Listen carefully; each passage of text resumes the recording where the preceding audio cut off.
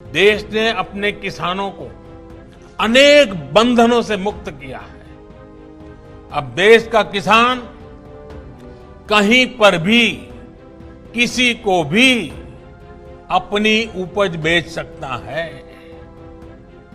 लेकिन आज जब केंद्र सरकार किसानों को उनके अधिकार दे रही है, तो भी ये लोग विरोध पर उतर आए हैं।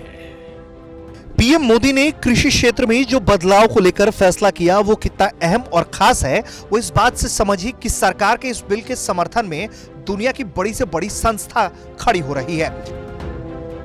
कृषि कानून को लेकर भारत में भले ही विपक्षी पार्टी अपनी रटी रटाई स्क्रिप्ट पर काम कर रही है, लेकिन दुनिया भर के कई संगठन मोदी सरकार के क्रांतिकारी कृषि बिल के समर्थन में खड़े दिखाई दे रहे हैं।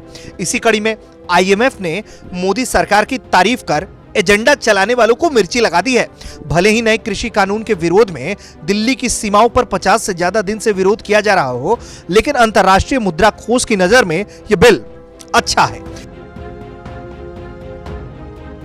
अंतर्राष्ट्रीय मुद्रा कोष ने भारत सरकार द्वारा पारित इस कानून को देश में कृषि सुधार आगे बढ़ाने की दिशा में अहम कदम बताया है और उसने सरकार से यह भी आग्रह किया है कि इससे सामाजिक सुरक्षा सुनिश्चित करने की जिम्मेदारी भी सरकार निभाए।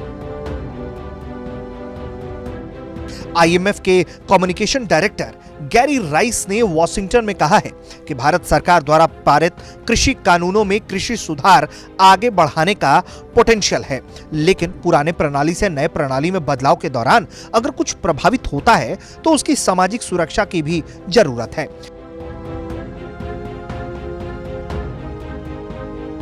राइस ने साफ शब्दों में एक प्रेस कॉन्फ्रेंस में कहा है कि नए कदम कृषि क्षेत्र में बिचौलियों की भूमिका को कम कर देंगे, साथ ही क्षेत्र में दक्षता में भी बढ़ोतरी होगी। इससे ग्रामीण वृद्धि को भी समर्थन मिलेगा। इसके साथ ही इससे किसानों को सीधे विक्रेता से जुड़ने में मदद भी मिलेगा।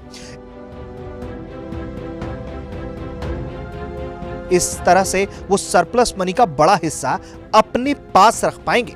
हालांकि उन्होंने पुराने प्रणाली से नई प्रणाली के बीच जो बदलाव के दौरान प्रभावित होने की आशंका है, उसकी भी सुरक्षा करने की वकालत उन्होंने सरकार से की है, जिसको लेकर सरकार पहले ही लोगों को आश्वस्त कर चुकी है कि वो तमाम तरह के बात और संशोधनों को तैयार है।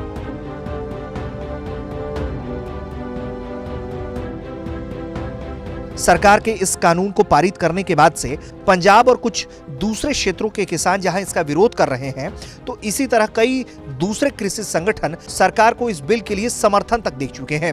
अब आईएमएफ ने जिस तरह से इस बिल की सिफारिश की है, उससे तो यही लगता है कि एजेंडा चलाने वालों को अभी और गहरे सदमे लगने बाकी है।